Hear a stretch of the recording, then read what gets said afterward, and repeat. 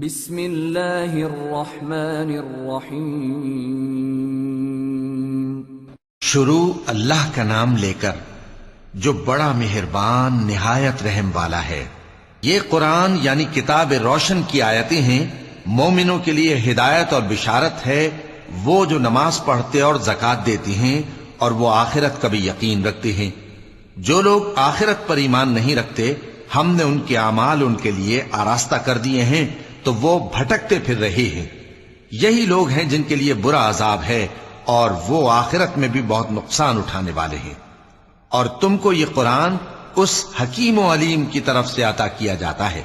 جب موسیٰ نے اپنے گھر والوں سے کہا کہ میں نے آگ دیکھی ہے، میں وہاں سے رستے کا پتہ لاتا ہوں یا کوئی شعلہ یعنی ایک انگارہ تمہارے پاس لاتا ہوں تاکہ تم آگ تاپو۔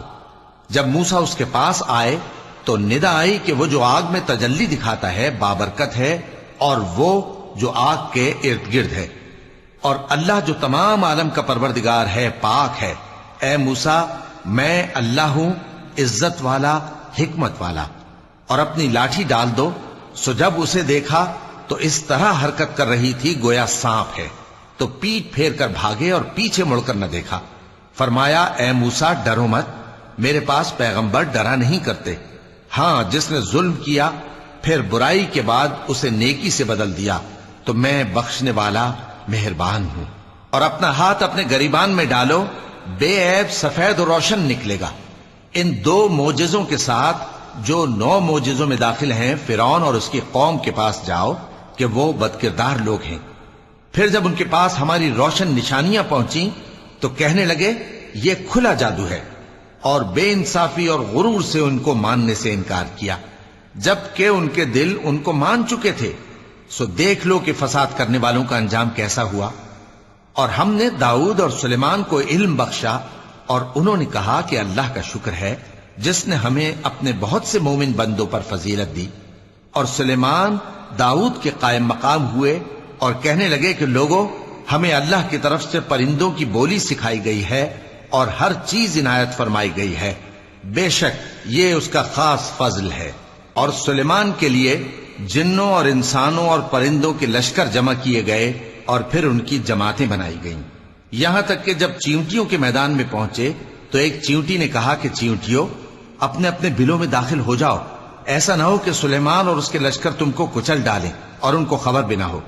تو وہ اس کی بات سے ہنس پڑے اور کہنے لگے کہ اے پروردگار، مجھے توفیق عنایت کر کہ جو احسان تو نے مجھ پر اور میرے ماں باپ پر کیے ہیں ان کا شکر کروں، اور ایسے نیک کام کروں کہ تو ان سے خوش ہو جائے، اور مجھے اپنی رحمت سے اپنے نیک بندوں میں داخل فرما۔ اور جب انہوں نے پرندوں کا جائزہ لیا تو کہنے لگے کیا سبب ہے مجھے ہدہد نظر نہیں آتا؟ کیا کہیں غائب ہو گیا ہے؟ میں اسے سخت سزا دوں گا یا ذبح کر ڈالوں گا یا میرے سامنے اپنی بے قصوری کی واضح دلیل پیش کرے۔ ابھی تھوڑی دیر ہوئی تھی کہ ہدہد آ موجود ہوا اور کہنے لگا کہ مجھے ایک ایسی چیز معلوم ہوئی ہے جس کی آپ کو خبر نہیں، اور میں آپ کے پاس ملک سبا سے ایک یقینی خبر لے کر آیا ہوں۔ میں نے ایک عورت دیکھی کہ ان لوگوں پر حکومت کرتی ہے اور ہر چیز اسے میسر ہے، اور اس کا ایک شاندار تخت ہے۔ میں نے دیکھا کہ وہ اور اس کی قوم اللہ کو چھوڑ کر آفتاب کو سجدہ کرتے ہیں، اور شیطان نے ان کے اعمال انہیں آراستہ کر دکھائے ہیں اور ان کو رستے سے روک رکھا ہے، پس وہ رستے پر نہیں آتے، اور نہیں سمجھتے ہیں کہ اللہ کو جو آسمانوں اور زمین میں چھپی چیزوں کو ظاہر کر دیتا اور تمہارے پوشیدہ اور ظاہر اعمال کو جانتا ہے، کیوں سجدہ نہ کریں؟ اللہ کے سوا کوئی عبادت کے لائق نہیں، وہی عرش عظیم کا مالک ہے۔ چونکہ آیت سجدہ تلاوت کی گئی ہے لہذا سامعین پر سجدہ واجب ہے۔ سلیمان نے کہا اچھا، ہم دیکھیں گے تو نے سچ کہا ہے یا تو جھوٹا ہے۔ یہ میرا خط لے جا اور اسے ان کی طرف ڈال دے، پھر ان کے پاس سے ہٹ جانا اور دیکھنا کہ وہ کیا جواب دیتی ہیں۔ ملکہ نے کہا کہ دربار والو، مجھ تک ایک نامہ گرامی پہنچایا گیا ہے، وہ سلیمان کی طرف سے ہے، اور مضمون یہ ہے کہ شروع اللہ کا نام لے کر جو بڑا مہربان نہایت رحم والا ہے، بعد اس کے یہ کہ مجھ سے سرکشی نہ کرو اور مطیع و فرما بردار ہو کر میرے پاس چلے آؤ۔ خط سنا کر کہنے لگی کہ اے اہل دربار، میرے اس معاملے میں مجھے مشورہ دو جب تک کہ تم حاضر نہ ہو اور صلاح نہ دو میں کسی کام کا فیصلہ نہیں کیا کرتی۔ وہ بولے کہ ہم بڑے زوراور اور سخت جنگجو ہیں اور حکم آپ کے اختیار میں ہے، تو جو حکم دیجیے گا اس کے انجام پر نظر کر لیجیے گا۔ اس نے کہا کہ بادشاہ جب کسی شہر میں داخل ہوتے ہیں تو اس کو تباہ کر دیتے ہیں اور وہاں کے عزت والوں کو ذلیل کر دیا کرتے ہیں، اور اسی طرح یہ بھی کریں گے، اور میں ان کی طرف کچھ تحفہ بھیجتی ہوں اور دیکھتی ہوں کہ قاصد کیا جواب لاتے ہیں۔ پس جب قاصد سلیمان کے پاس پہنچا تو سلیمان نے کہا کیا تم مجھے مال سے مدد دینا چاہتے ہو؟ سو جو کچھ اللہ نے مجھے عطا فرمایا ہے وہ اس سے کہیں بہتر ہے جو تمہیں دیا ہے۔ حقیقت یہ ہے کہ اپنے تحفے سے تم ہی خوش ہوتے ہوگے۔ ان کے پاس واپس جاؤ، اب ہم ان پر ایسے لشکر لے کر حملہ کریں گے جن کے مقابلے کی ان میں طاقت نہ ہوگی، اور ان کو وہاں سے بے عزت کر کے نکال دیں گے اور وہ ذلیل ہوں گے۔ سلیمان نے کہا کہ اے دربار والو، کوئی تم میں ایسا ہے کہ قبل اس کے کہ وہ لوگ فرما بردار ہو کر ہمارے پاس آئیں ملکہ کا تخت میرے پاس لے آئے؟ جنات میں سے ایک قوی ہیکل جن نے کہا کہ قبل اس کے کہ آپ اپنی جگہ سے اٹھیں میں اس کو آپ کے پاس لا حاضر کرتا ہوں، اور مجھے اس پر قدرت بھی حاصل ہے اور امانت دار بھی ہوں۔ ایک شخص جس کو کتاب الہی کا علم تھا کہنے لگا کہ میں آپ کی آنکھ کے جھپکنے سے پہلے پہلے اسے آپ کے پاس حاضر کیے دیتا ہوں۔ جب سلیمان نے تخت کو اپنے پاس رکھا ہوا دیکھا تو کہا کہ یہ میرے پروردگار کا فضل ہے تاکہ مجھے آزمائے کہ میں شکر کرتا ہوں یا کفران نعمت کرتا ہوں، اور جو شکر کرتا ہے تو اپنے ہی فائدے کے لیے شکر کرتا ہے، اور جو ناشکری کرتا ہے تو میرا پروردگار بے نیاز ہے، کرم کرنے والا ہے۔ سلیمان نے کہا کہ ملکہ کے امتحان عقل کے لیے اس کے تخت کی صورت بدل دو، دیکھیں کہ وہ سوج رکھتی ہے یا ان لوگوں میں سے ہے جو سوج نہیں رکھتے۔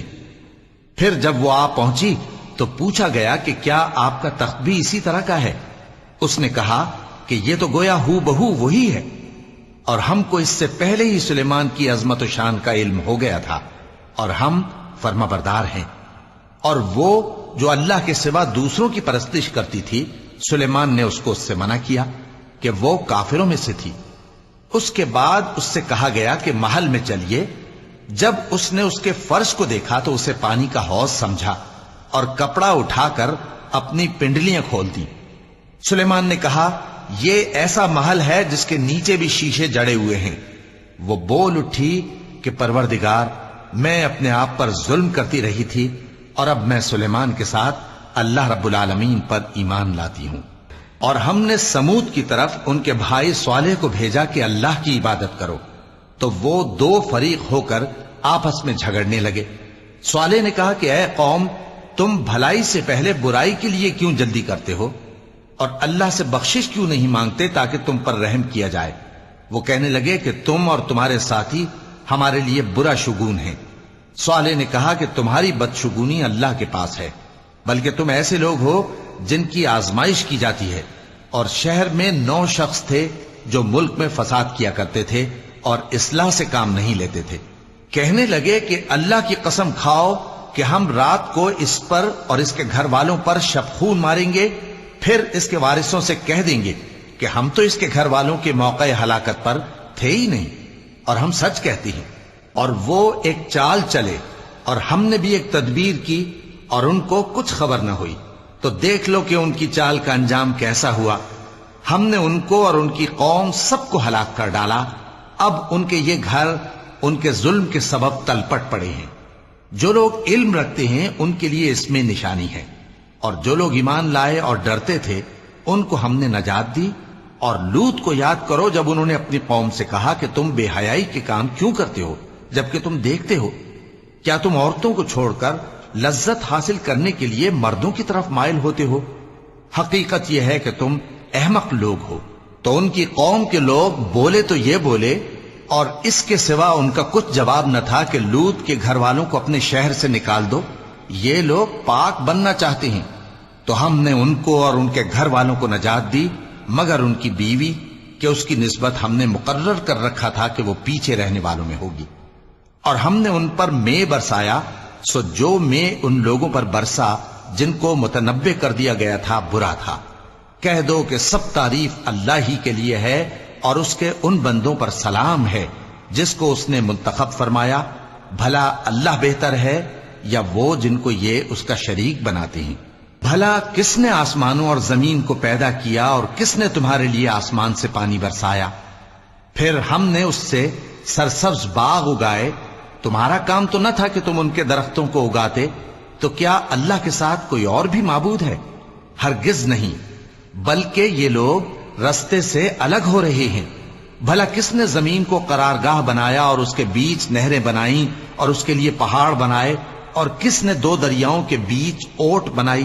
یہ سب کچھ اللہ نے بنایا، تو کیا اللہ کے ساتھ کوئی اور معبود بھی ہے؟ ہرگز نہیں، بلکہ ان میں اکثر علم نہیں رکھتے۔ بھلا کون بے قرار کی التجا قبول کرتا ہے جب وہ اس سے دعا کرتا ہے، اور کون اس کی تکلیف کو دور کرتا ہے، اور کون تم کو زمین میں اگلوں کا جانشین بناتا ہے؟ یہ سب کچھ اللہ کرتا ہے، تو کیا اللہ کے ساتھ کوئی اور معبود بھی ہے؟ ہرگز نہیں، مگر تم بہت کم غور کرتے ہو۔ بھلا کون تم کو جنگل اور دریا کے اندھیروں میں رستہ بتاتا، اور کون ہواؤں کو اپنی رحمت کے آگے خوشخبری بنا کر بھیجتا ہے؟ یہ سب کچھ اللہ کرتا ہے، تو کیا اللہ کے ساتھ کوئی اور معبود بھی ہے؟ ہرگز نہیں۔